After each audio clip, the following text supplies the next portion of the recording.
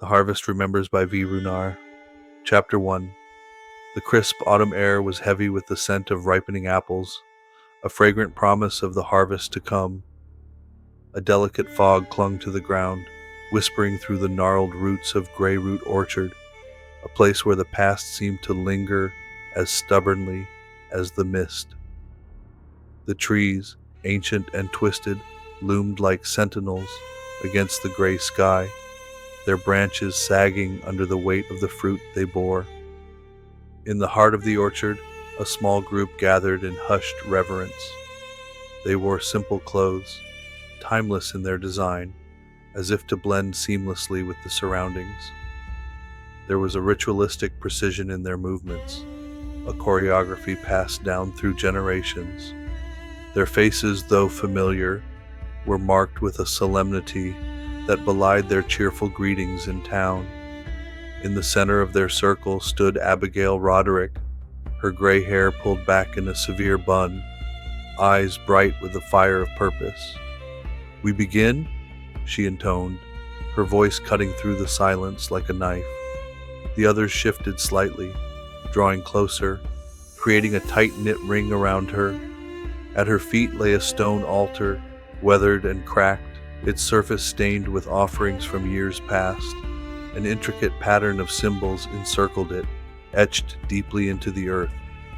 As a boy, Ethan Calloway had often heard whispers about these gatherings, fragments of conversation snatched from the air.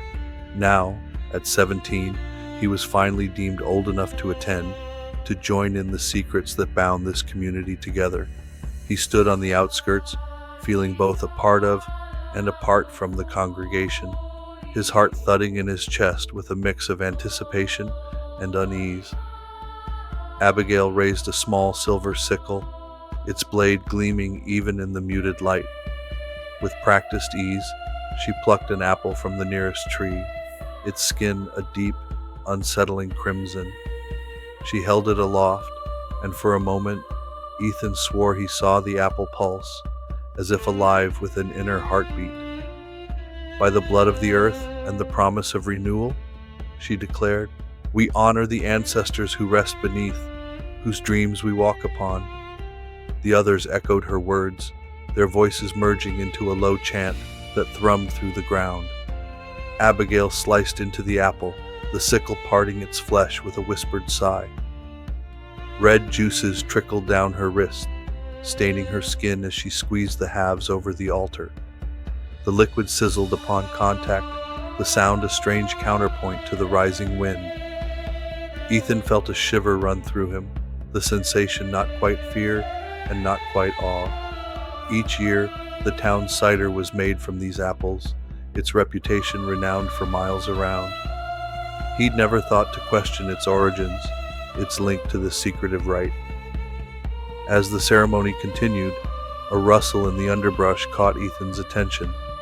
He turned, peering through the trees to where the forest thickened and darkened, a place of childhood dares and ghost stories. A shape moved within the shadows, too fluid and deliberate to be swayed by the wind. His heart skipped a beat, but when he blinked, it was gone. "Ethan?" Abigail's voice snapped him back to the present. Her gaze pierced him, sharp and knowing. "You are with us now, part of this legacy. The past sleeps lightly beneath these roots, and it is our duty to respect and guard it." He nodded, swallowing hard, the weight of her words settling over him like a mantle.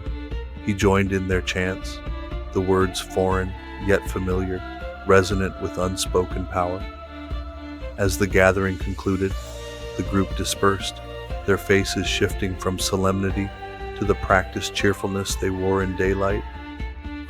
Ethan lingered, staring at the altar, the stained stone soaked with the essence of the orchard. "Do you feel it?" a voice asked, low and soft.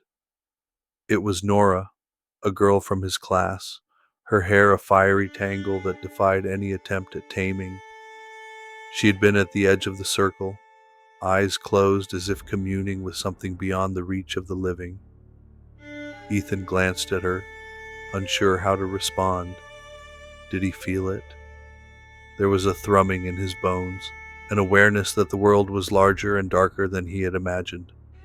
He nodded, the gesture small but honest. She smiled, a ghost of a smile, and it carried a hint of sadness. It's more than tradition. It's a promise, Ethan. A promise? He echoed, the word feeling unfamiliar on his tongue in this context. To remember, to never forget what lies beneath. The fog swirled around them, thickening in the cool evening air. Somewhere in the distance, the clock from the church tower began to toll, its solemn peals counting down the hours. Ethan watched as Nora turned and melted into the mist, her presence as ephemeral as the shadows. He stood alone for a moment longer, the reality of the town's secrets, settling into him with the inevitability of the setting sun. The orchard whispered around him, a language of rustling leaves and creaking branches, a breath away from being understood. As he made his way back to the road that led to town, Ethan's thoughts were a tangled skein of curiosity and trepidation. He knew now that Greyroot was more than its picturesque facade, more than the stories told to keep children from wandering too far. It was a place where the past lived among them, breathing through the roots of its oldest trees, waiting patiently for the time when it might rise again. Chapter 2. The brisk autumn air clung to Margot's skin as she stumbled up the cobblestone path leading to the town library, her only sanctuary since she discovered the peculiar journal tucked away in her grandmother's attic. The journal, bound in worn leather and smelling faintly of earth, was filled with cryptic entries about the harvest festival and the orchard's sinister history. She hadn't dared mention her discovery to anyone yet, fearing what the townsfolk might do if they found out she was digging into their guarded secrets. Margot pushed open the heavy oaken door, the hinges creaking like the bones of something ancient.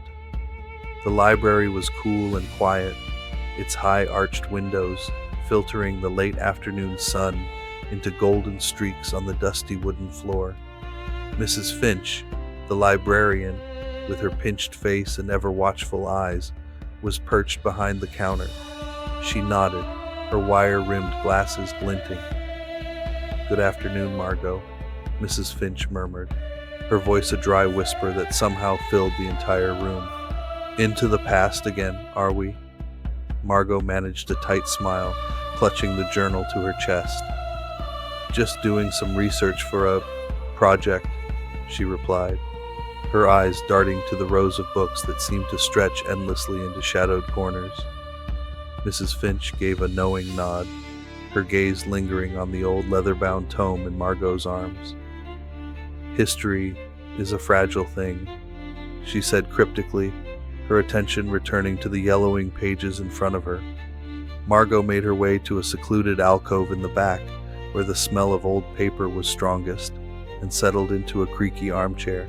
She opened the journal, flipping to a page halfway through, where a grizzled hand had scrawled with fervor, "The orchard was not planted by man's hand alone." A chill skittered down her spine as she traced the words with her fingertips. The entry spoke of rituals performed long before the town of Greyroot had ever been established, of deals struck in the dead of night with entities that walked the line between this world and another. The orchard, it seemed, was more than just cursed ground. It was a tether to something ancient, something that thirsted for recognition, for remembrance. A sudden thud made her jump, the journal tumbling from her hands. She looked up to see a young man standing at the edge of the alcove, his expression a mix of curiosity and apology. Margot recognized him as Luke, the son of the local butcher, a quiet boy who always seemed to hover on the periphery of Greyroot's social gatherings. "Sorry, didn't mean to startle you," Luke said, his voice as soft as the crackling leaves outside.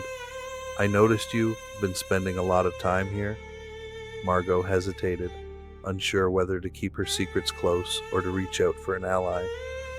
There was something in Luke's eyes, a shared understanding of the weight that lay heavy on them both. She decided to take a chance. "Have you ever heard about the orchard?" she asked, gesturing to the journal. "I mean, more than what they tell us in the town records?" Luke's eyes flickered with a strange light, and he nodded slowly. "My family has been here for generations. My grandmother used to say the land remembers. That is why the apples grow so well. They're fed by more than just soil and rain." Margot shivered involuntarily, the air around her seeming to drop a few degrees. "And the festival? The cider? What do you think that means?" Luke glanced around, ensuring they were truly alone.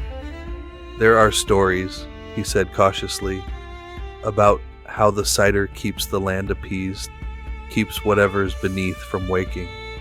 But the truth is, no one really knows, not anymore." They sat in silence for a few moments, the weight of unspoken fears pressing down upon them. Somewhere in the distance, the bells of St. Augustine's church began to toll, a sound that resonated with a somber finality. "What if the land isn't appeased this year?" Margot asked, almost to herself. "What if the cider isn't enough?" Luke took a deep breath, his expression grave. "Then I'll have to face whatever it is that's been slumbering, and we'll have to do it together." Margot nodded, grateful for the unexpected camaraderie. She reached for the journal and flipped to the next entry, one that detailed the markings on stones found at the base of the orchard's oldest trees. Her mind raced with possibilities, with the chilling realization that the festival was only days away. As the last of the sunlight faded, turning the library into a realm of shadows, Margot and Luke delved deeper into the journal. Each page turned felt like peeling back another layer of the town's carefully maintained facade. Generations of secrets whispered from the past, each one demanding to be heard, demanding justice for a pact long forgotten, or perhaps willfully ignored. The clock in the library struck 7, its chime echoing through the quiet emptiness. Mrs. Finch appeared suddenly, as if conjured from the dim light, reminding them subtly that the library would close soon. Margot closed the journal reluctantly, the weight of the town's buried sins pressing down upon her. As they left the library, the chill of the evening settled around them like a cloak. Luke walked beside Margot, their shared silence punctuated by the crunch of fallen leaves underfoot. The streets of Greyroot were strangely quiet, the air thick with anticipation for the festival that was to come. Margot glanced at Luke, a question unspoken in her eyes. He nodded, understanding her unvoiced fear. They would meet again, prepared to confront whatever ancient horror lay beneath the orchard's roots, determined to uncover the truth before it was too late. The town of Greyroot, with its picturesque facade and hidden darkness, loomed around them. As they parted ways, Margot realized the festival would not only celebrate the harvest this year, it would mark the beginning of a reckoning. Chapter 3. The air in Greyroot was thick with the scent of fallen leaves and damp earth, infused with a hint of cider that clung to the brisk autumn breeze. In the heart of the town, the annual harvest festival was in full swing, but despite the laughter and music, an undercurrent of unease twisted through the crowd like an unseen serpent. Eleanor Hastings, a lifelong resident of Greyroot, wove through the throng of festival goers, nodding politely as familiar faces greeted her. Her eyes were drawn towards the pavilion, where rows of cider barrels gleamed under the sun's fading light. The barrels, filled with the prized Greyroot cider, were the festival's centerpiece, yet to Eleanor they were harbingers of the town's dark secrets. As she approached, she caught sight of Mayor Caldwell, his ruddy face flushed with the pride of a well-received festival. He stood beside the barrels, recounting tales of Greyroot, orchards, bountiful harvests with the kind of bombast suited for the stage. "Eleanor!" he called out, waving her over. "Join us for a toast." She approached reluctantly, her mind flitting back to her father's warnings about the orchard, warnings she had dismissed for years. But now, the recent events, strange occurrences, whispers of shadows in the night, had cast her father's tales in a new, chilling light. "To another prosperous year," Mayor Caldwell declared, raising a glass of cider high. The crowd echoed the sentiment, their cheers mingling with the clinking of glasses. Eleanor accepted a glass but did not drink. The cider's golden hue seemed to shimmer ominously, and she recalled the murmuring she'd overheard from the elders' cryptic references to the orchard's sinister origins and the burial site beneath. "Eleanor, you look as if you've seen a ghost." Mayor Caldwell chuckled, his voice breaking her reverie. "Come, tell us a story of your own." Feigning a smile, Eleanor obliged. "Perhaps another time, Mayor. I'm more interested in hearing about the old legends today." His eyes twinkled with mischief. "Ah, the legends of Greyroot, ancient tales woven into the very fabric of our town. We owe much to our forebears, wouldn't you agree?" He sipped deeply from his glass, unconcerned, or perhaps willfully ignorant, of the unease brewing just beneath the surface. As the evening light waned, Eleanor noticed a figure standing apart from the revelers, his presence unsettling. It was Thomas Graves, a man whose lineage traced back to the town's earliest settlers. His sharp gaze was fixed on the cider barrels, his expression inscrutable. Feeling a sudden compulsion, Eleanor approached him. "Thomas," she began, her voice low, "do you believe the stories? About the orchard and what lies beneath?" His gaze met hers, dark and knowing. "Belief isn't a choice, Eleanor. It's a burden, a recognition of what is."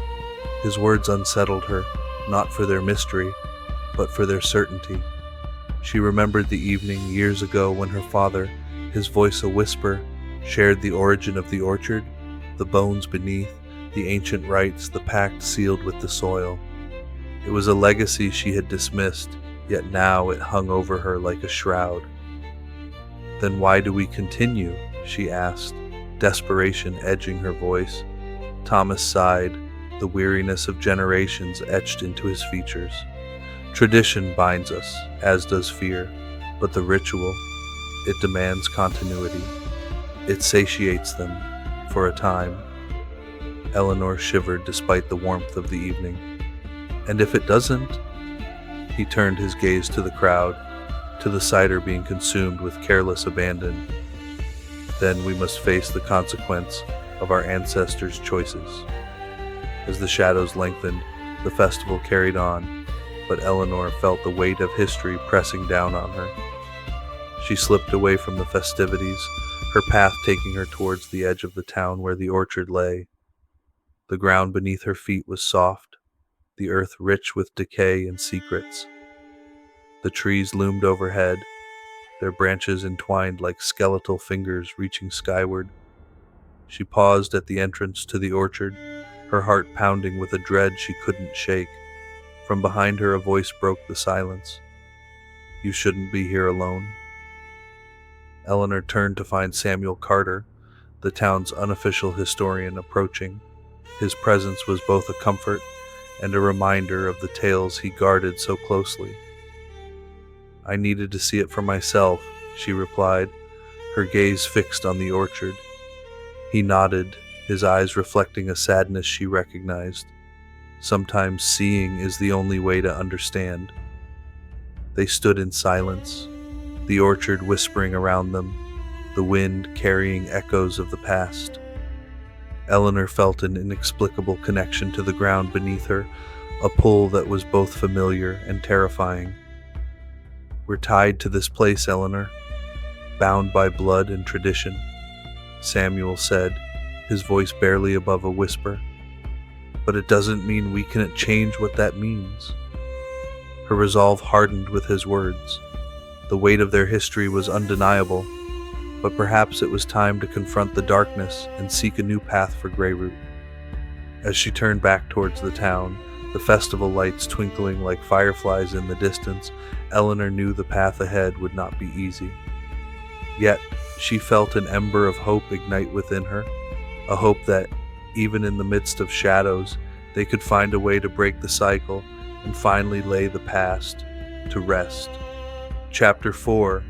The pale morning sun cast long shadows over Greyroot, the golden leaves crackling underfoot as the townsfolk went about their day. Yet beneath the warm glow of autumn, the air was thick with tension. Whispers of odd happenings had begun to weave their way through the town, carried on the gusts that swept through the narrow streets and around the creaking corners of old wooden houses. The town square, bustling with the early market, was a scene of apparent normalcy. Vendors called out the prices of their goods, and the scent of fresh bread mingled with the crispness of the fall. But there was an undercurrent of unease, a tightness in the smiles exchanged, a shadow in the eyes that lingered just a moment too long. Near the edge of the square, Eleanor Stokes stood with her basket, pretending to contemplate the ripe pumpkins on display. Her heart, however, was not in the market. She was replaying last night's events in her mind, the strange figures she had seen moving among the trees near the orchard, the unsettling sensation that had crawled up her spine as she hurried home. She hadn't imagined it. The forest had been alive with something, watching. Eleanor. A voice broke through her thoughts, cheerful and too loud. It was Marge Ellis, her neighbor, with her signature floral bonnet and a persistent aura of cheeriness that seemed out of place amid the growing unease. "Have you tried the cider this year? It's especially good?" Eleanor forced a smile, nodding. "Yes, it has quite a unique flavor this time." "Indeed," Marge replied, her eyes narrowing just slightly. There was a flicker of something in Marge's gaze, a knowing glance that lingered. "You know, the apples were particularly bountiful this season." Eleanor nodded again, her mind elsewhere. The orchard. It was always the orchard, she thought. Hidden beneath its picturesque charm lay secrets that stretched back long before she had first set foot on Greyroot's narrow streets. Stories told in hushed tones about the ancient burial site, about the first settlers who had stumbled upon it and had never been the same since. As she walked away from Marge, Eleanor's thoughts drifted to her father. His warnings had always seemed like old wives' tales, the ramblings of an old man too deep in his cups. Yet now, as the unsettling murmurs of the town grew louder, his words felt more tangible. "The land remembers," he would say, eyes distant as if recalling a memory too painful to bear. "The spirits, they bide their time." Lost in thought, Eleanor didn't notice the tall figure approaching until she nearly collided with him. He was a stranger, his presence unfamiliar in this town where everyone knew everyone else. He wore a dark coat, and his face was shadowed by the brim of a wide hat, obscuring his features. "Apologies," he murmured, his voice smooth but with an edge that set Eleanor's nerves on edge. "I didn't mean to startle you." "It's quite all right," she replied, stepping back. The stranger nodded, his eyes, dark and unsettling, fixing on her for a moment too long before he continued on his way, disappearing into the throngs of market-goers. Eleanor watched him go, a chill trailing in his wake. There was something about him, something that whispered of the orchard and the secrets it held. That evening, as dusk painted the sky in hues of purple and gold, Eleanor found herself drawn back to the orchard. She walked the familiar path, the trees looming like silent sentinels. Her father's words echoed in her mind, mingling with the rustling leaves and the distant calls of night birds. As she reached the edge of the trees, she paused, heart thudding in her chest. The air was colder here, and the shadows seemed to pulse with life. She could feel it, the presence lurking just beyond sight, waiting. Eleanor. The voice was soft, almost a whisper on the wind. She turned, eyes scanning the darkening grove. There was no one there, only the sigh of the leaves. Against her better judgment, she stepped forward, the soft earth giving way beneath her feet. Her breath misted in the chilly air, and every instinct screamed for her to turn back. But something compelled her onward, deeper into the orchard's heart. As she walked, the world seemed to change. The trees loomed larger, their branches twisting like gnarled fingers reaching for the sky. The ground was uneven, and she could see the mounds, indistinct in the failing light but unmistakably there. Graves, the burial site her father had spoken of. In the center of the grove, she stopped. The air was heavy, charged with an energy that prickled her skin.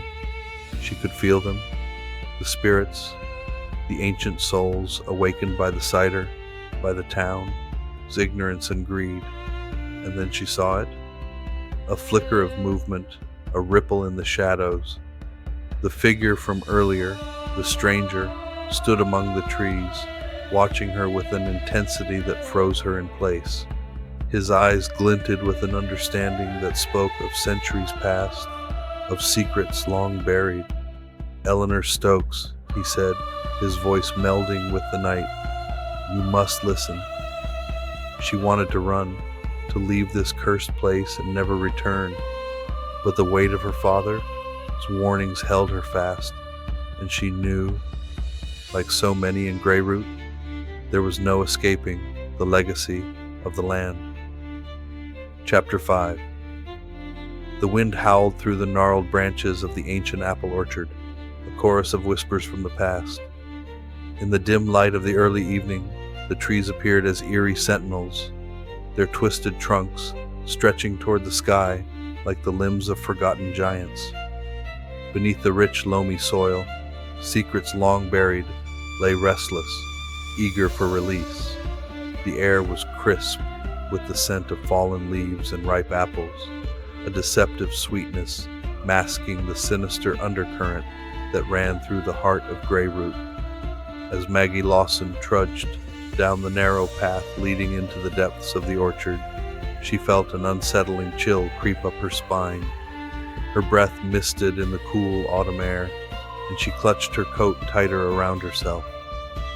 Maggie was a recent transplant to Greyroot, having moved to the town with her mother after her father's untimely death the previous year. Her mother, a native of Greyroot, had been eager to return to her roots, to find solace among familiar faces and places. But to Maggie, the town was a mystery wrapped in shadows, its quaint charm overshadowed by an undeniable sense of foreboding. The town's annual harvest festival was just days away, and preparations were in full swing. The townsfolk bustled about with an air of eager anticipation, their conversations peppered with talk of cider making and autumn feasts. Maggie, however, couldn't shake the feeling that there was something lurking beneath the surface of their celebration, something dark and ancient. As she approached the heart of the orchard, where the oldest and tallest of the apple trees stood in solemn ranks, she spotted a flicker of light through the branches. Moving closer, she saw a small group of people huddled around a makeshift altar fashioned from rough-hewn stones. A thin, wiry man with a weathered face stood at the center, his voice rising and falling in a rhythmic chant. Maggie crouched behind a tree, her curiosity piqued. The man, whom she recognized as Mr. Hargrove, the town's apothecary, held a goblet aloft, the fading light catching the glint of the liquid within. The others in the circle, their features obscured by the shadows, murmured in response, their words a garbled echo of the strange incantation. "By blood and earth, we remember," Hargrove intoned, his voice a low rumble that seemed to resonate with the very ground beneath their feet. Maggie felt a shiver run through her. She had heard rumors of the town's peculiar rituals, whispered by her classmates when they thought she wasn't listening. stories of pagan ceremonies held in secret, of the orchard as a sacred site where ancient pacts were honored. Yet seeing it unfold before her eyes was something entirely different, something far more unsettling. "By the harvest we atone," the group chorused, their voices blending into a single haunting melody that seemed to seep into the marrow of the trees. Maggie watched as Hargrove poured the contents of the goblet onto the ground, where it pooled darkly among the roots of the oldest tree. The air seemed to thrum with energy, and Maggie felt a strange pull, as though the orchard itself were alive and reaching out to her. She took a step back, her heart racing. Just then, a twig snapped beneath her foot, the sharp sound breaking the spell of the ritual. Heads turned in her direction, eyes narrowing as they searched the shadows. Maggie held her breath, her heart pounding in her ears. "Who's there?" Hargrove called out, his voice cutting through the night like a blade. Maggie hesitated, then turned and fled, her feet pounding the ground as she raced back through the orchard. Branches clawed at her cheeks, leaves rustled ominously overhead, but she didn't dare slow down. Behind her, she heard the shouts of the group, the rustling of leaves as they pursued her. She burst from the orchard and stumbled onto the narrow road that led to her home. Her lungs burned from the exertion, her breath coming in ragged gasps. She didn't stop running until she reached the front porch, where she collapsed against the wooden railing, her mind whirling with questions and fear. Later that night, as she lay in bed, the events of the evening replayed in her mind. What was this ritual, and what did it have to do with the harvest festival? And why did it seem to cast such a heavy shadow over the town that, on the surface, appeared so idyllic? The next day, Maggie decided she needed answers. She knew her mother wouldn't talk about it.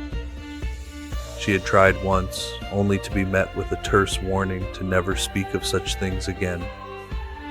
But there might be others, people who remembered the old stories, who were willing to share what they knew. As the sun rose over Greyroot, casting long shadows across the town, Maggie resolved to uncover the truth. She would start with the library, where the town's history, its secrets and sins, lay hidden in the dusty pages of forgotten books. There, she hoped to find the key to understanding the strange events that had begun to unfold around her, and the dark legacy of the cursed land upon which Greyroot was built. With a determined heart and a growing sense of dread, she stepped out into the brisk autumn morning, the scent of apples lingering in the air like a promise of things to come. As she made her way through the town, she couldn't shake the feeling that she was being watched, that the very ground beneath her feet was waiting, eager for the harvest it had long been denied. Chapter 6. The chill of October settled deep into Greyroot, curling around the bones of the town like a long-kept secret, unwilling to let go. The annual harvest festival loomed, and the townspeople busied themselves with hollow enthusiasm, their smiles faltering at the edges. The orchard was in full bloom, its branches heavy with apples, the fruit glistening under a pale, reluctant sun. It was the same every year, like clockwork. Yet, this year felt different. An undercurrent of unease thrummed beneath the surface, unnoticed yet unnerving. In the heart of the town, the old church bell tolled, its solemn notes carrying through the crisp air. To outsiders, the bell might seem a quaint tradition, but to the townsfolk, it was a reminder, a warning even, of the obligations that came with their heritage. And within this uneasy atmosphere, the town's history lay dormant, waiting. As the day waned, the light turning golden and soft, the townspeople gathered in the clearing next to the orchard. The centerpiece of the festival was, as always, the cider press, an ancient contraption of wood and iron that stood as a testament to generations past. Its presence was understated yet foreboding, much like the orchard itself. Careful with that batch, Sam, warned Josephine, the matriarch of the Collins family, as her grandson lugged a bushel of apples toward the press. Her voice was steady, but her eyes were shadowed with something deeper than mere concern. "Don't worry, Grandma," Sam replied, flashing a reassuring grin, but his confidence was tinged with a hint of unease, for he understood the significance of this night better than he let on. Sam had heard the whispers, stories of the orchard's origins, of the land beneath it, steeped in old, angry magic. But they were just stories, weren't they? Josephine watched Sam disappear into the throng, her heart heavy with the weight of unspoken truths. She turned, her gaze sweeping the gathered crowd, each face familiar yet so full of hidden fears. Her breath caught as her eyes met those of Harold Graves, the town historian. He nodded to her, a slight dip of his head, and began making his way over. "Josephine," Harold intoned, his voice a gravelly echo of wisdom and age. "Do you feel it this year? The tension in the air?" Josephine nodded, her voice a brittle whisper. "I feel it, Harold, but what can we do? The cycle must continue." Harold's eyes, deep and reflective, searched hers. "Perhaps we are too complacent. What if this cycle brings something different, something darker?" They both fell silent, the unspoken words hanging between them, a question as old as the town itself. Without another word, Harold moved away, leaving Josephine alone with her thoughts. As the festival reached its peak, the cider flowed freely, warming the townspeople against the autumn chill. Laughter mingled with the scent of apples and spices, an intoxicating blend that masked the underlying tension. Sam joined the crowd, clutching a mug of cider, his cheeks flushed from both the cold and a burgeoning sense of dread. "Good evening, Sam," a voice drawled beside him. It was Mia, a girl his age with dark eyes that seemed to see through to the heart of things. She held her own mug close, her fingers wrapped tightly around it. "Mia," Sam acknowledged, trying to keep his voice light. "Enjoying the festival?" She shrugged, her gaze drifting to the orchard's edge, where shadows seemed to dance in the fading light. "I suppose. But doesn't it feel different this year?" Sam hesitated. "You too, huh? I thought it was just me being paranoid." Mia's eyes met his, a flash of understanding passing between them. "It's not just you. Something in the air. I've heard the stories, Sam. My grandmother used to speak of it, how the land was cursed long before the orchard was planted."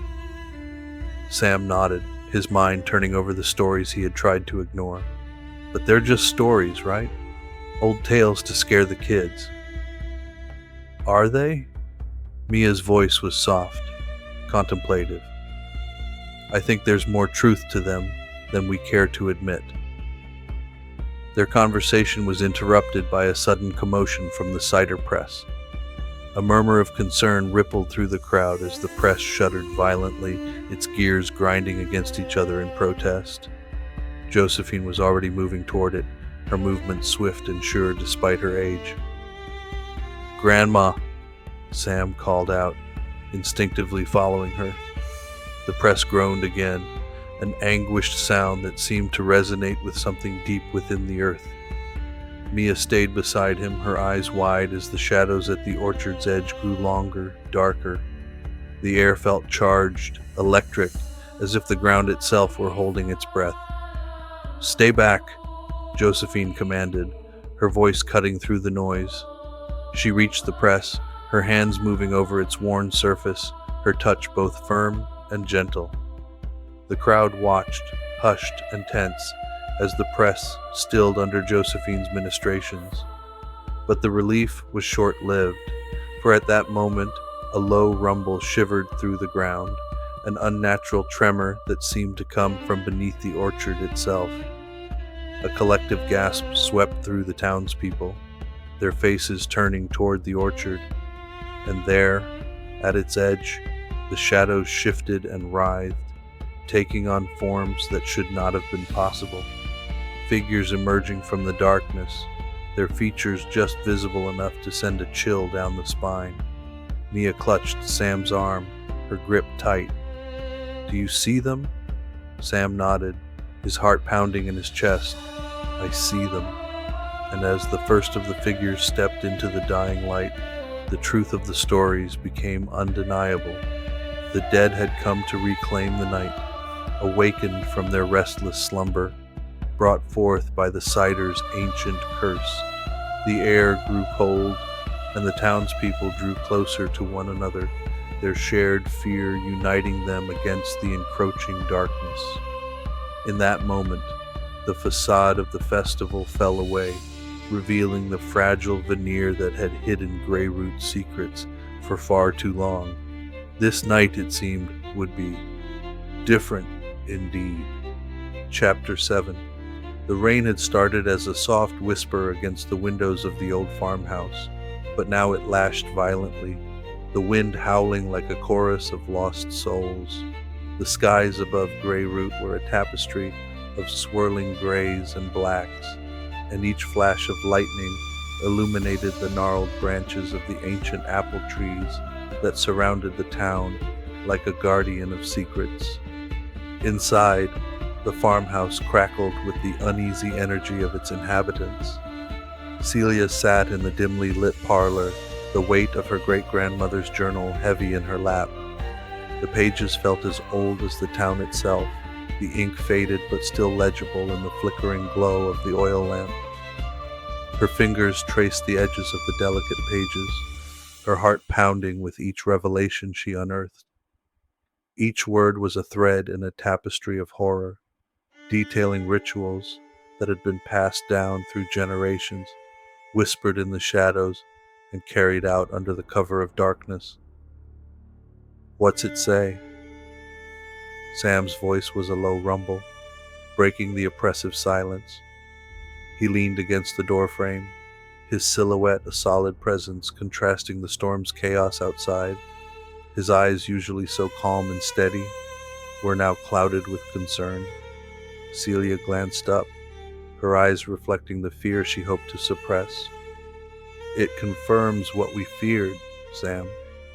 The orchard, the cider, it's all tied to the rituals. The elders believed it would keep the spirits of the ancients satisfied, but instead, it's awakening them." Sam crossed the room in a few strides, crouching beside her. His presence was warm, reassuring. But why now? After all these years? Celia shook her head, her fingers trembling as they turned another page. "I think it's the land itself. It's been disturbed. That construction project on the edge of town. They unearthed something they shouldn't have. It's like pulling a thread from an old tapestry. Everything is unraveling." A crack of thunder shook the house, and Sam's gaze darted to the window, as if expecting to see the ghosts of the past hovering outside. "The council. They must have known," he murmured, a mixture of disbelief and anger in his voice. "Of course they knew," Celia whispered, her voice barely audible. "But they were bound by the same generational guilt that binds us all. They hoped to appease whatever forces lurked beneath the orchard, but they never anticipated this." Sam stood, pacing the worn wooden floorboards. "So, what do we do? Just sit and wait for these vessels to rise and exact their vengeance?" Celia closed the journal, her resolve hardening with each heartbeat. "We need to stop this. The harvest festival is in 3 days. We have to find a way to sever the link, to end the curse." A shadow passed over her face as another thought occurred to her. "But Sam, it might mean we have to destroy the orchard." His eyes widened, a flicker of hesitation crossing his features. The orchard was more than just a field of trees. It was the very essence of Greyroot, its lifeblood.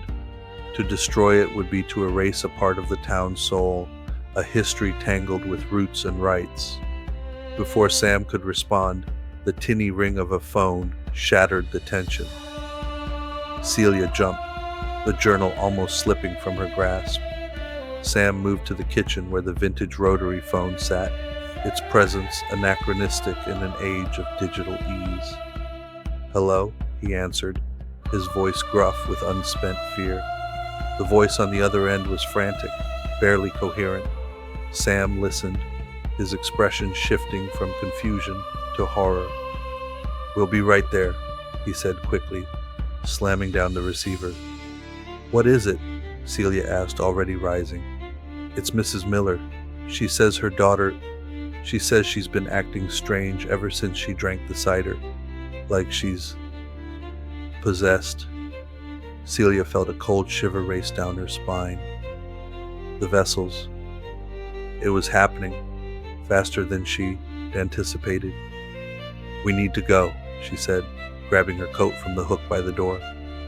The storm swallowed them as they stepped outside, the wind pulling at their clothes, the rain a relentless barrage. They hurried to Sam's truck, the engine sputtering to life reluctantly. As they drove through the streets of Greyroot, the town seemed eerily quiet, the usual buzz of anticipation for the festival muted, overshadowed by the impending doom lurking beneath their feet. When they reached the Miller residence, the house was ablaze with light, a beacon of desperation in the storm. Mrs. Miller met them at the door, her face drawn with worry and eyes wide with fear. "Thank God you're here," she said, her voice cracking. "It's like she's not my daughter anymore." Celia placed a reassuring hand on the woman's arm. "We'll do what we can." Inside, the air was thick with tension. In the living room, young Emma sat in a chair, her hands gripping the armrests so tightly her knuckles were white. Her eyes, usually a bright blue, were now dark and glassy, as if staring into another realm. Celia approached cautiously, kneeling in front of the girl. "Emma, can you hear me?" The girl's head snapped up, her gaze locking onto Celia's with an intensity that was almost palpable. When she spoke, her voice was not her own, but a chorus of voices, old and angry. "The time has come. The land will claim what is owed." Celia's heart lurched, the reality of their situation crashing down upon her. "We will find a way," she whispered, more to herself than anyone else. "We have to." As they stood together in the room, the storm continued to rage outside, a reminder of the relentless nature of the forces they were up against. The clock was ticking, and the town of Greyroot balanced precariously on the edge of its own destruction. Chapter 8. The chilling mist hung heavily over Greyroot, weaving through the gnarled limbs of ancient trees like ghostly fingers. The air was thick with the earthy scent of fallen leaves, mingled with the subtle tang of early frost. As dusk settled in, casting long shadows that danced with an eerie life of their own, the town's residents gathered for the evening in the modest church hall. Inside, the harsh overhead lights buzzed softly, illuminating the gathering of townsfolk whose faces were painted with a mix of anticipation and unspeakable dread. They sat on creaking wooden benches, murmuring in hushed tones. The room was filled with an uncomfortable warmth that seemed to seep from both the old radiators and the palpable tension in the air. At the front of the hall stood Thomas Grant, the town's unofficial historian and an unwilling bearer of secrets. His hair was as gray as the town's namesake, his eyes dark and sunken from too many sleepless nights. As he stepped up to the podium, the room fell silent, save for the occasional cough or rustle of clothing. "Thank you all for coming," Thomas began, his voice wavering slightly. "I know many of you have been feeling unsettled, and it's time we face the reasons why." A murmur of agreement rippled through the crowd. In the back, Rachel Harper, a woman of curious intellect and unyielding determination, listened intently, her fingers tracing the carved patterns of the bench. She had moved to Greyroot 5 years ago, drawn by its quaint charm and sense of community. But now she was keenly aware of the undercurrent of secrets that flowed beneath the town's surface. Thomas continued, "Our ancestors planted that orchard over sacred ground. They knew of the burial site, but desperation and the promise of prosperity blinded them to the consequences. The soil was cursed, and with each harvest, we unwittingly stir old spirits." A collective shudder passed through the room. Rachel leaned forward, catching the eye of David, a local farmer whose family had tended the orchard for generations. His brow was furrowed with a mixture of fear and skepticism, but he nodded slightly at her, a silent acknowledgement of their shared understanding. "But what can we do now?" A voice piped up from the back. It was Mrs. Langley, her hands trembling around her cane. "Every year we drink the cider. Are we all doomed?" Thomas hesitated, choosing his words carefully. "The cider is a conduit. It awakens the spirits, but they are not mindless. They are seeking justice, restitution for the crimes of those long gone." The weight of unspoken guilt fell heavily over the room, wrapping around them like a suffocating shroud. Rachel felt it too, a creeping sensation of inherited responsibility. She rose from her seat, her voice clear and steady.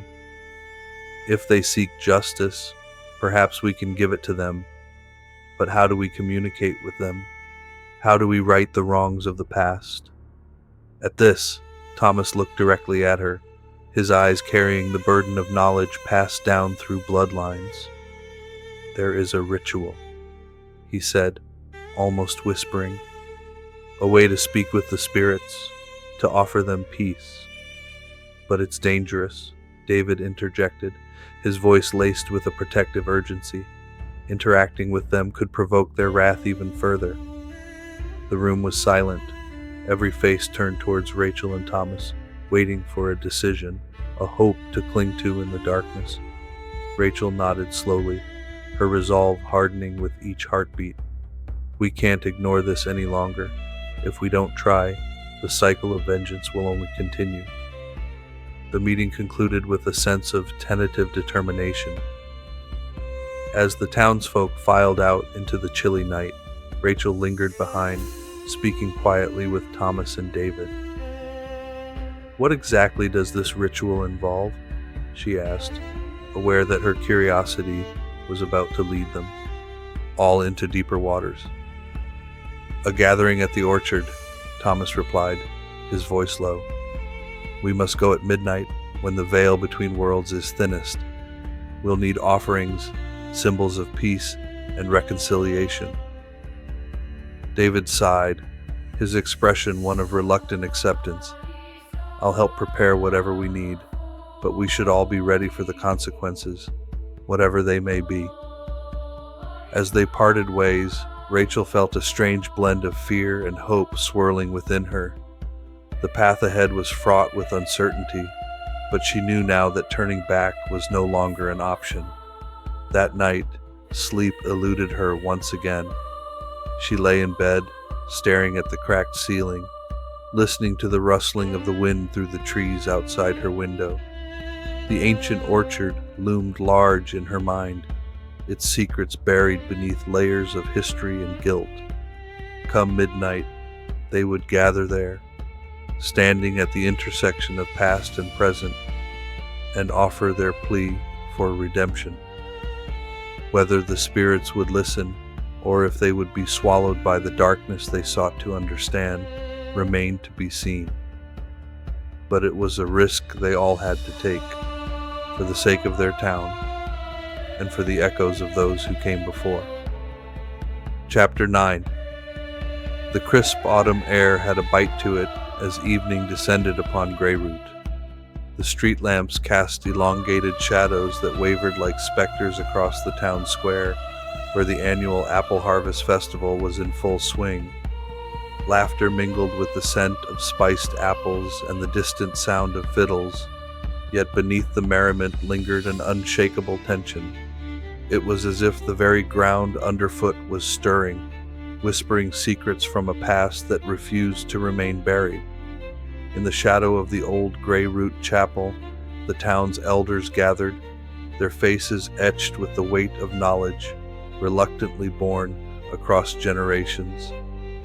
They formed a tight circle, whispering amongst themselves, their voices a hushed chorus lost to the wind. The eldest among them, Martha Halloway, clutched a leather-bound tome to her chest as if it might shield her from the eyes of the past. "Are you certain it's happening again?" Samuel Dawes, the town's doctor and perhaps its most reluctant conspirator, asked, adjusting his spectacles nervously. His eyes flicked toward the forest where the orchard lay shrouded in darkness. Martha nodded, her voice a gravelly whisper. "The signs are unmistakable. The cider, it's begun to take on that taste again, the same as before." A murmur of unease rippled through the group. They all remembered the last time, when the cider had flowed too freely, and the townsfolk had begun to speak in tongues not of this world, their eyes glazed with a knowledge not their own. "We must act, and quickly," Martha said, her tone brooking no dissent. "The festival gives us cover, but tonight we must perform the binding ritual." Across the square, oblivious to the elders' hushed conspiracy, the townspeople reveled, their laughter echoing off the facades of shuttered shops. Among them was Abby Lawson, a young woman whose roots in Greyroot ran deep as the apple orchard itself. Her family had lived here for generations, steeped in the town's traditions, yet she had always felt an outsider, as if some hidden truth lay just beyond her grasp. Tonight, Abby wandered the festival with a sense of foreboding that she couldn't shake. She watched as her friends, already tipsy from the cider, danced under strings of golden lights. But her gaze was drawn inexorably toward the edge of the square, where the path led up to the orchard. A chill slithered down her spine as shadows seemed to slink through the trees, alive and beckoning. "Abby!" her friend Lisa called, breaking her trance. "Come join us." "It's just cider, nothing spooky." She laughed, her voice light and carefree. Abby forced a smile and joined them, though her heart wasn't in it. Each sip of cider tasted wrong, as if it carried an aftertaste of earth and decay. She looked around, her eyes catching a flicker of movement from the direction of the chapel.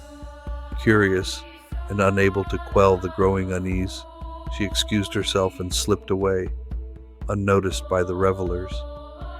As she approached the chapel, Abby felt a prickling at the back of her neck, a sensation of being watched.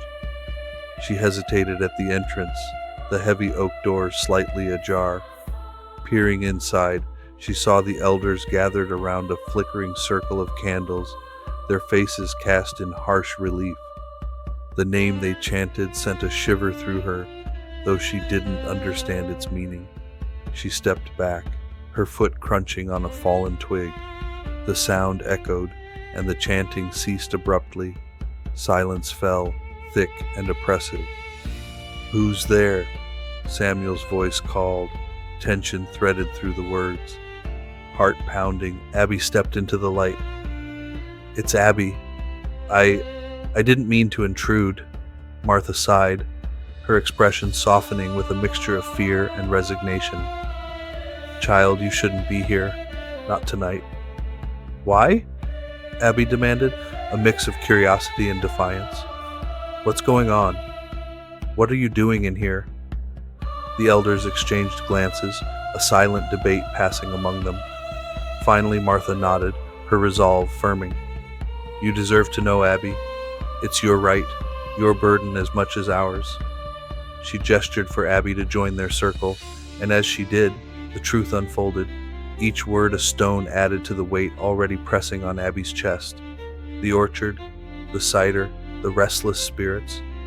It all spilled forth, a tale of ancient betrayal and an unending cycle of vengeance that each generation strove to contain. "But why keep it a secret?" Abby asked, her voice a whisper, her hands cold despite the warmth of the room. Samuel sighed, his eyes meeting hers with a sorrow that transcended time. because knowledge is a curse as much as it is power, and sometimes ignorance is the only shield against despair. Abby shook her head, determination hardening her features. Number, we have to do something. We can't just let this continue. Martha nodded, the fire returning to her gaze. Yes, and that is what we intend to do. The ritual tonight, it's our chance to bind the spirits once more, to quell their anger and let them rest. Abby looked at the flickering candles, at the ancient symbols drawn in chalk. She felt the pulse of something much older than herself, a rhythm that was both terrifying and strangely familiar. What must I do? Martha placed a hand on her shoulder, her eyes full of a warmth that belied the chill in the air. You must join us, Abby. Lend your voice to ours, your strength to the circle. Together we might just succeed. As the elders resumed their chant, Abby took her place among them. Her voice joined theirs, weaving into the incantation that rose to meet the night. The air thickened, charged with energy, as the ritual began to take hold. Outside, the festival continued, but within the chapel, time seemed to halt, suspended on the precipice of memory and oblivion, and deep within the orchard, unseen by human eyes, the earth began to stir. Chapter 10. The scent of pressing apples lingered in the air as the townspeople of Greyroot gathered around the old cider mill, their murmurs blending with the rustle of leaves in the cold autumn wind. A full moon hung low in the sky, casting an eerie glow that seemed to accentuate the shadows dancing around the orchard. The cider press creaked rhythmically, a familiar sound that had once brought comfort, but now resonated with an ominous tone. Evelyn stood at the edge of the gathering, her eyes fixed on the ancient trees whose gnarled branches arched like clawed fingers into the night sky. She could sense it, the restless stirring beneath the earth where bones lay forgotten, their memories unearthed with every drop of the cursed cider. Her grandmother had whispered to her once about the old ways, about the spirits bound in soil they never wished to call home. She had also spoken of the guilt that chained the living to the sins of their ancestors. You shouldn't be here, a voice whispered urgently. Evelyn turned to see Thomas, his face shadowed under his worn cap, his eyes reflecting the moon's glow with a mixture of fear and determination. You know I have to be, Tom, Evelyn replied, her voice steady despite the chill that had nothing to do with the night air. If what we suspect is true, if the cider is the key. Thomas glanced around nervously, the laughter and chatter of the townsfolk, a stark contrast to the weight of their conversation. They're starting the ceremony, he said, gesturing to the ring of stones where the town's elder, Mayor Harding, had taken his place. Evelyn watched as the mayor raised his hands, his voice carrying on the wind, like an incantation from some forgotten age. We give thanks for the bounty of Greyroot, and honor those who have come before us, he intoned, his words as old as the orchard itself. The crowd responded with a chorus of agreement, their voices entwined with tradition and oblivion. Then came the cider, passed around in wooden mugs, its aroma sweet yet heavy with something far darker than any present could comprehend. Evelyn's heart beat faster as she saw the shimmer in the cider, a spectral light that flickered beneath its surface. It was happening? The awakening? Thomas nudged her, his expression grim. We have to stop it, Evie, before it's too late.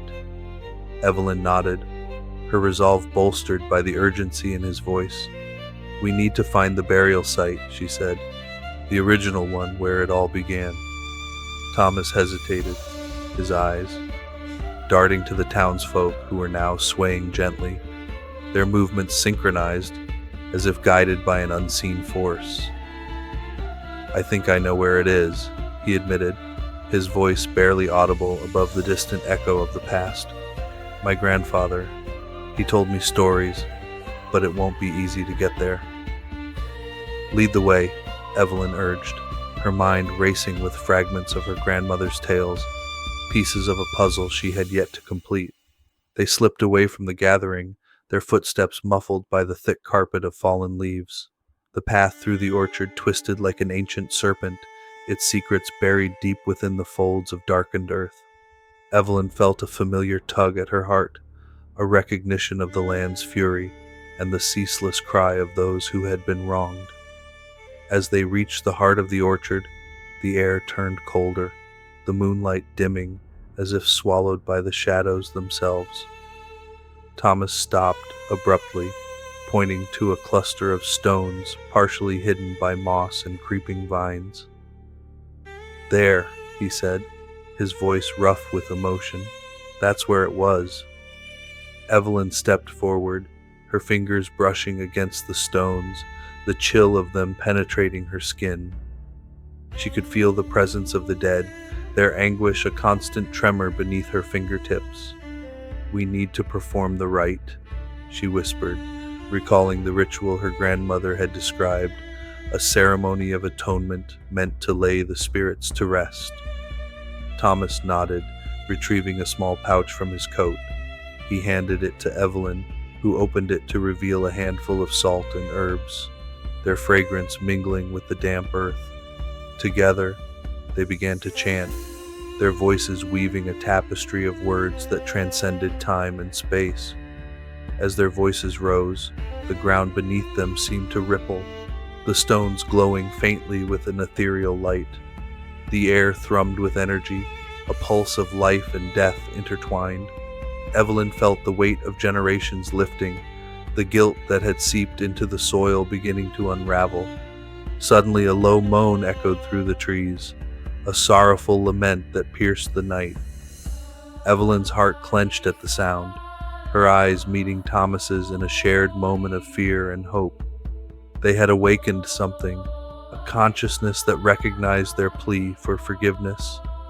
The light from the stones intensified, a blinding luminescence that enveloped them in its embrace. Evelyn closed her eyes, the sensation of the earth shifting beneath her feet, a testament to the power of their actions. She felt the spirits' presence, a fleeting glimpse of their pain and yearning for peace. When the light faded, Evelyn and Thomas found themselves kneeling on the ground, the stones cool and silent once more.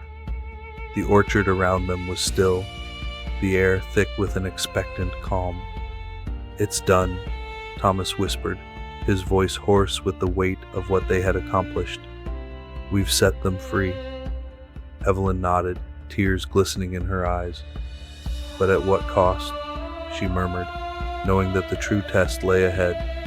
The town of Greyroot would have to face its past, and she was uncertain of what the spirit's final judgment would bring. Chapter 11. The chill of late October had seeped into Greyroot, frosting the edges of the remaining apples still clinging stubbornly to the gnarled branches of the ancient orchard. The trees, twisted and intertwined like the fingers of a colossal subterranean beast, beckoned with an eerie grace under the spectral moonlight.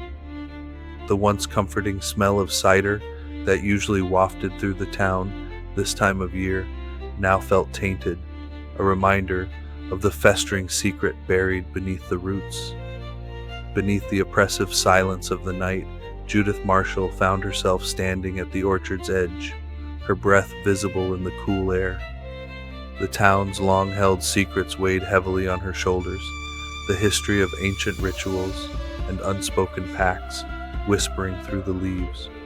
The past weeks had been a blur of revelations and dread, unraveling the truth behind the cider's curse, a consequence of the town's ancestors who had planted these trees over a site of pagan sacrifice. As she clutched the worn, leather-bound journal of her late grandmother, a custodian of Greyroot's secrets, Judith felt a chilling presence lingering in the air.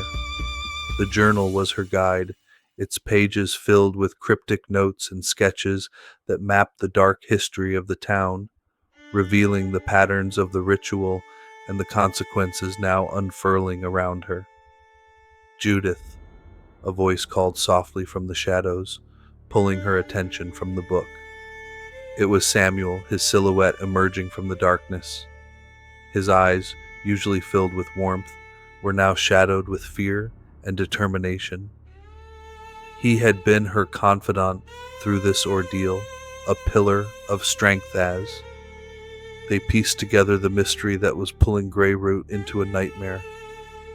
"They're gathering," he said, nodding toward the distant glow beyond the orchard, where the townsfolk had begun to congregate at the town square. "They think the festival can still happen, that we can appease whatever is coming." Judith sighed, clutching the journal tighter. "They don't understand, Sam. This isn't just about the festival.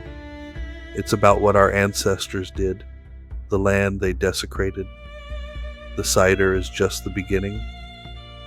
Samuel shivered despite himself, remembering the stories of restless spirits he had once dismissed as folklore. "Then what do we do? How do we stop this?" Judith glanced at the journal, flipping to a page that depicted a circle of stones, each marked with symbols she had spent nights interpreting. "The ritual can be reversed. At least that's what I think. But it means going to the heart of it, to the burial site itself."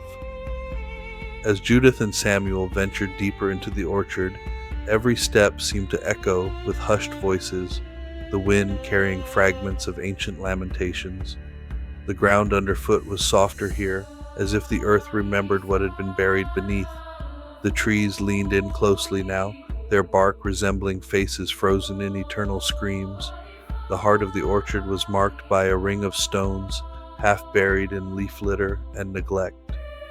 They formed a circle around a particularly massive tree, its roots sprawling outward like tentacles. Judith knelt, tracing the symbols carved into the stones, her breath steadying as she began to chant the incantations from the journal. Samuel stood watch, his gaze shifting nervously between the surrounding shadows and the distant lights of the town. The air felt charged, expectant, as if the ground itself held its breath. As Judith's voice rose in a crescendo, the wind picked up, swirling leaves into a dance of frenzy. The earth shuddered beneath them, and Samuel stumbled backward, witnessing the ground within the stone circle begin to churn like boiling water.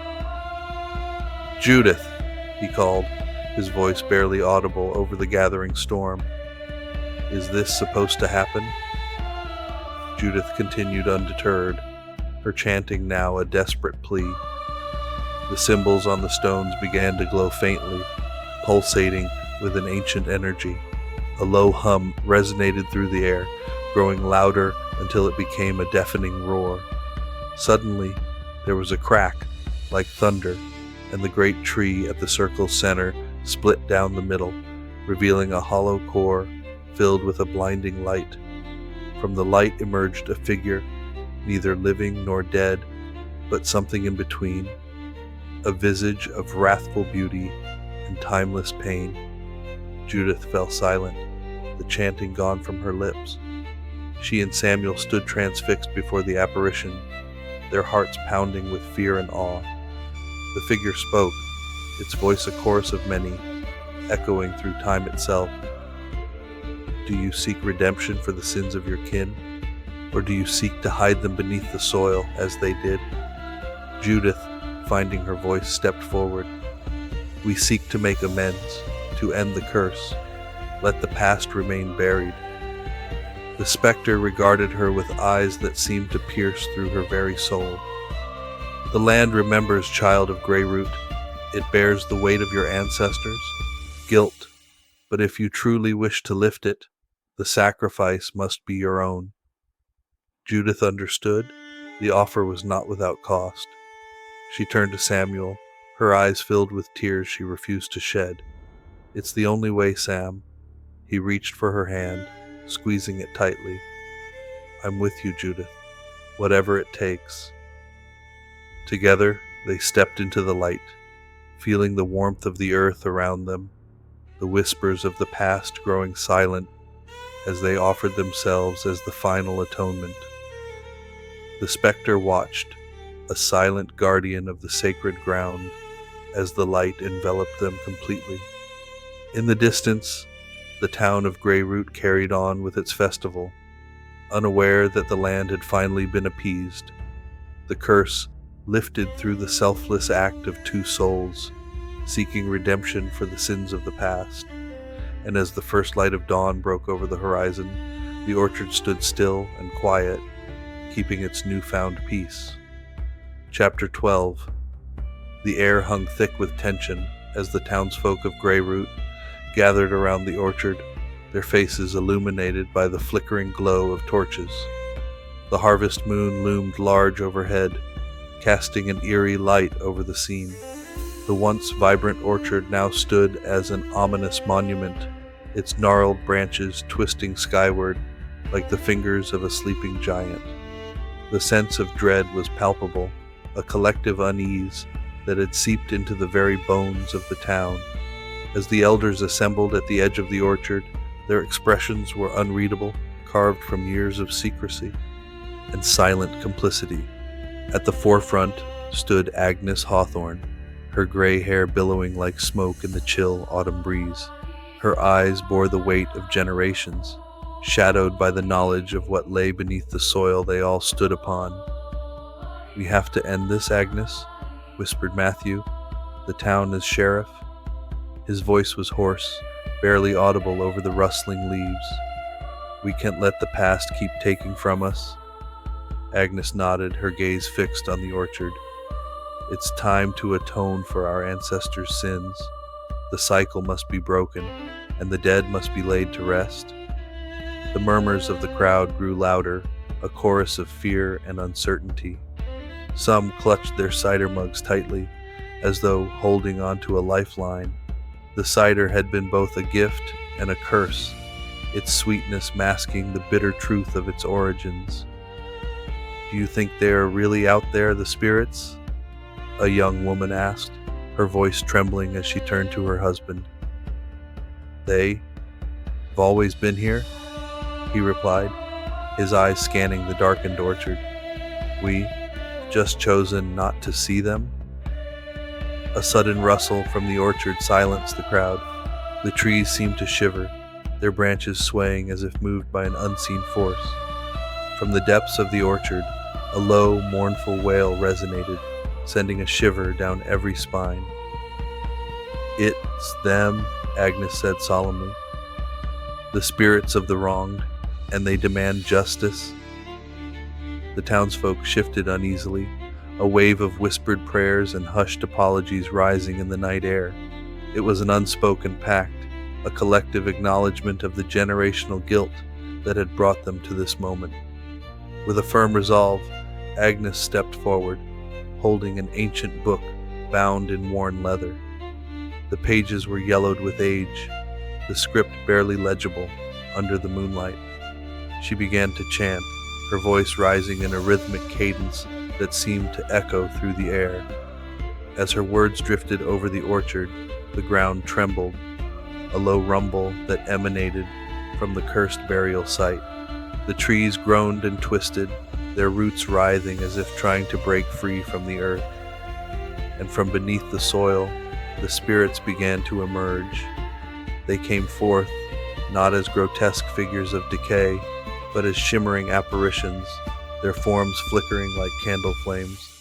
Their faces held a myriad of emotions: sorrow, anger, longing, a testament to the lives unjustly snuffed out generations ago. The townsfolk watched in awe and terror as the spirits hovered above the ground, their presence a haunting reminder of the past that had been buried and forgotten. The orchard was now a realm between worlds, where the living and the dead converged in a dance of reckoning. Agnes continued her incantation, the words weaving a spell of redemption. "We acknowledge our debt to you, the aggrieved. Let this night be the end of bloodshed, the end of suffering." One of the spirits, a woman with flowing hair and eyes like ancient pools, drifted forward. Her gaze bore into the crowd, a silent accusation that pierced through generations of deceit.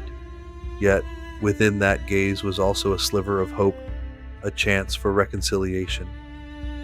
Forgiveness is not given lightly, she spoke, her voice echoing in the minds of all present. But the cycle of vengeance can be broken, the truth must be spoken, and the wrongs righted. A murmur passed through the crowd, a ripple of acknowledgement that grew into a crescendo of voices. Confessions spilled into the night, stories of long-held secrets and hidden truths. Tears flowed freely as the townspeople acknowledged the burden they had inherited. As the confessions continued, the spirits began to fade, their forms dissolving into the night air. The energy that had held them captive was being released, the ties of vengeance unraveling with each spoken truth. Agnes lowered the book. Her chanting ceased. The energy in the air shifted, a palpable lightness taking hold as the orchard slowly returned to its dormant state. The spirits, now free from their earthly tethers, vanished into the ether, their presence lingering only as a memory. The silence that followed was profound, a sacred stillness that spoke of new beginnings. The townsfolk stood in a circle, united by a shared resolve to honor the past and steward a future unburdened by the sins of their ancestors. Matthew stepped forward, his voice breaking the silence. We must never forget this night. We owe it to them and to ourselves to ensure that Greyroot becomes a place of truth and peace. Agnes nodded, her eyes meeting his with a silent understanding. The path had been set, and though it was fraught with challenges, it was one they would walk together. As the crowd slowly dispersed, the autumn breeze carried away the last vestiges of the past. Beneath the harvest moon, Greyroot stood reborn, no longer a town of secrets, but a community bound by the promise of redemption.